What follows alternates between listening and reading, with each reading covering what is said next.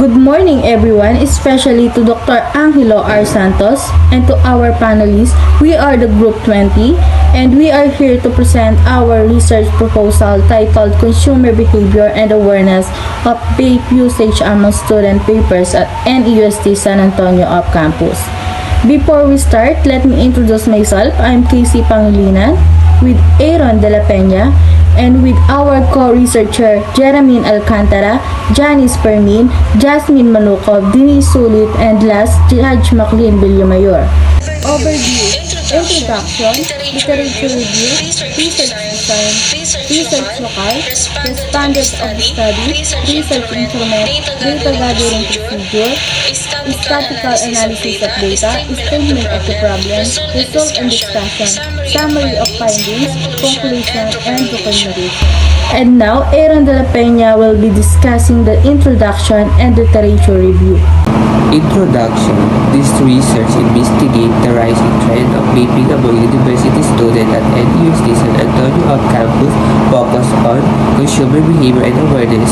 It explores factors driving vape using, including perception of safety compared to the traditional smoking, affinity flavor, and social media influence. Study explored the risks of vaping among Neust San Antonio Off-Campus.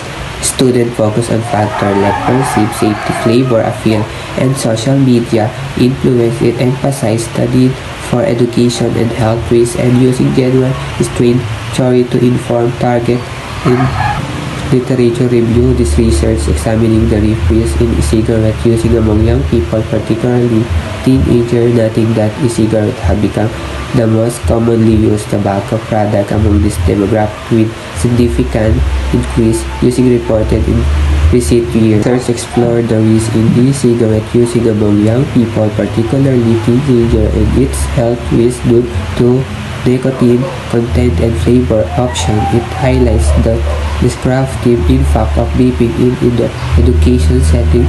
Here is called to adopt precision education program. The study emphasized the need for understanding consumer behavior awareness among student-vapers for effective intervention and correction. Research design. This study utilized a descriptive quantitative research design to collect numerical data on the consumer behavior and awareness of vape using among student-vapers at Neust San Antonio Off-Campus, aiming to accurately depict their vaping habits and levels of awareness. A descriptive research design aims to provide an accurate and detailed account of the current state of phenomenon. In this case, studied vapers use pattern and awareness regarding vaping.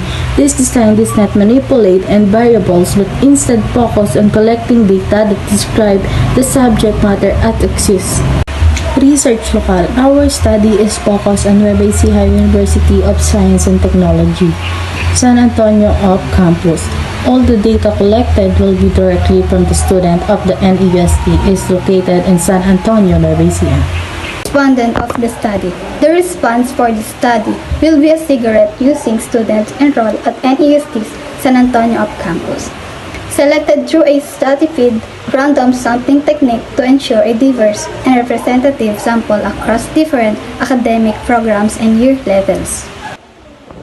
The study will focus on cigarette using students at Neust San Antonio Off-Campus.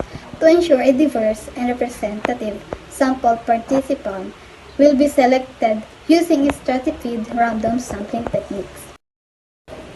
This method will allow the inclusion of students from various academic programs and year levels, providing a comprehensive understanding of cigarette use among these populations. Our research instrument.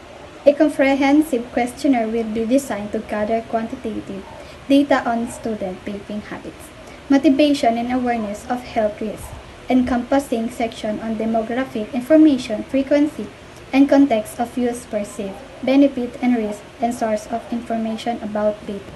A comprehensive question will be developed to collect quantitative data on students' vaping habits, motivations, and awareness of health risks, and question will be include sections on demographic information, frequency and context of use, perceived benefit and risk, and source of information about vaping. This structured approach will enable through analysis of students' vaping behavior.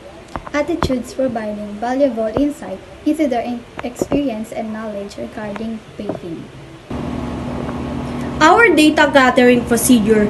This quantitative research study titled Consumer Behavior and Awareness of Vape Usage Among Student-Vapers at Neust, San Antonio Off-Campus will utilize survey platforms to enhance participant reach. The convenience include a clear introduction about the study's purpose, ensure informed consent, and maintain confidentiality and anonymity throughout the data collection process. Data gathering. For our study, Consumer Behavior and Awareness of Vape Usage Among Student-Vapers at Neust San Antonio Off-Campus, we will gather data using surveys. These surveys will be distributed through printed survey and face-to-face survey to make it easier for participation to respond. The survey includes a clear introduction explaining the purpose of the study. We will also ensure that participants provide informed consent and guarantee their confidentiality and anonymity. Throughout the process, this approach ensures ethical and efficient data collection. Our statistical analysis of data.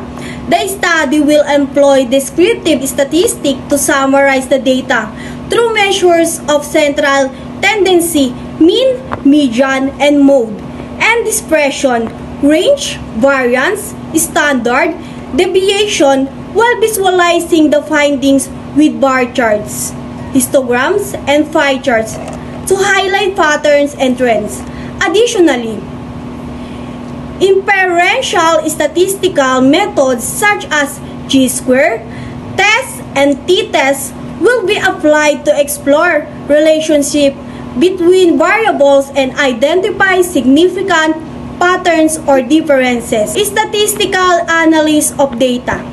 In this study, we will use descriptive statistics to simplify and summarize the data, such as calculating the average, mean, middle value, or median, and most common value is mode. We will also measure how spread out the data is using tools like range and standard deviation. To make the result easier to understand, we will present them using graphs like bar charts, histograms, and pie charts. Additionally, we will use tests like the G-square, and t-test to check for patterns, relationships, or differences between groups in the data. Our statement of the problem. This student aimed to investigate the consumer behavior of student vapers at Neust University of Science and Technology, San Antonio Off-Campus. Focus on their awareness, use pattern, attitude toward vaping, and perception of vaping regulation. Despite many students viewing vaping as a safe alternative to smoke, we still need to find out everything problem about that used to vape by students on San Antonio Off-Campus and what effect it has on their health and learning, that it should be given a solution to those who use vaping student that they think it's this vaping safe than smoke or body inner. Our result and discussion. The study analyzed student vapers at Neust San Antonio Off-Campus, primarily age 18 to 23, revealing that while most are aware of health risks associated with vaping, peer influence and the belief that vaping is less harmful than smoking lead to continued use. For result and discussion, the study focused on raising awareness about vape usage among student vapers at Neust San Antonio Off-Campus. It employs a survey questionnaire to examine the vaping habits of 30 respondents. The collected data is compiled and analyzed using printed questionnaires to identify patterns and insights into their vaping behavior. Summary of findings. This study aims to enhance awareness of vape usage among student vapers at Neust San Antonio off-campus, utilizing a survey questionnaire to analyze the vape usage pattern of 30 respondents, with the gathered data being tallied and analyzed through printed questionnaires. For summary of findings, this study focuses on raising awareness about vape usage among student vapers at Neust San Antonio campus. It employs a survey questionnaire to examine and the vaping habits of 30 respondents. The collected data is compiled and analyzed using printed questionnaires to identify patterns and insight into their vaping behavior. Conclusion: the study on student vaping behavior at Neust San Antonio campus highlights a significant paradox where, despite awareness of health risks like respiratory issues and addiction, many students continue to vape due to influence and a misguided belief in its relative safety compared to traditional tobacco. The study at Neust San Antonio campus reveals that despite awareness of health risks, many students continue to vaping due to peer pressure, misconception, affordability, and easy availability. It calls for educational campaign, stricter regulation, and support system to promote a health-conscious community. Recommendation: the increasing prevalence of vaping among youth poses a public health crisis that requires a multifaceted response, including the implementation of comprehensive educational programs to highlight both immediate and long-term health risks, stricter regulation on vaping sales to limit accessibility, and the establishment of support services for those currently vaping. The increasing vaping among youth is a significant public health concern, necessitating a comprehensive approach, including educational programs, stricter regulation, support services, parental environment, and monitoring trends to promote a healthier environment. The question number 1 from Dr. Annalyn M. Gamit. What are the most significant misconceptions about vaping identified in your study, and how do these misconceptions influence students' decision to start or continue vaping? Thank you for your question, Dr. Annalyn M. Gamit. This research focuses on the significant increase in cigarette use among teenagers, noting that is now the most popular tobacco product in this group despite perceptions of being safer than traditional cigarettes. E-cigarettes pose serious health risks due to nicotine and flavored options that appeal to youth. The study highlights vaping disruptive impact of school and calls for better management and educational programs to address health risks as regulations and punitive measures alone have been inadequate. Understanding student vapers' behavior and awareness is key creating effective interventions and campaigns. The question number 2 from Dr. Joy M. Sabelliano. Your research highlights peer influence as a major factor in vaping behavior.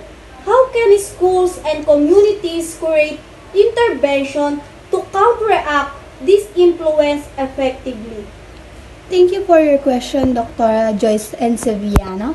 School and communities can counteract vaping behavior by implementing invitation, success as speedy education programs, support grouping engagement activity, parental involvement, and clearly anti-vaping policy. Their struggle create supportive environment, empowering students to risk for pressuring and make informed decisions, ultimately leading to healthy choices. The third question from Dr. Marilu P. Pascual. What role does the availability and affordability of vaping products play in their widespread use? And how can regulations address this issue? Thank you for your question, Dr. Marilu P. Pascual. Vaping products' affordability and accessibility make them popular among students. To curb their use, regulations could restrict sales near schools, enforce age verification, increase taxes, and control marketing. These measures would reduce the accessibility and attractiveness of vaping products, thereby curbing their use. Utilizing relatable messaging, interactive approaches, social media incentives, and support system in educational campaigns can effectively engage students and promote lasting behavior change. Last question from Dr. Nestor Natividad. What challenge did you encounter in collecting accurate data on vaping habits? And how did you ensure the reliability and validity of your findings? Thank you, Dr. Natividad, for your insightful question. The biggest challenge we faced was that some participants were hesitant to share honest information about their vaping habits because they were concerned about their privacy. To solve this, we assured them that their answer would remain anonymous and confidential. We also used a well-prepared survey and compared our results with similar studies to make sure our findings were accurate and trustworthy. Again, we are the Group 20. Thank you.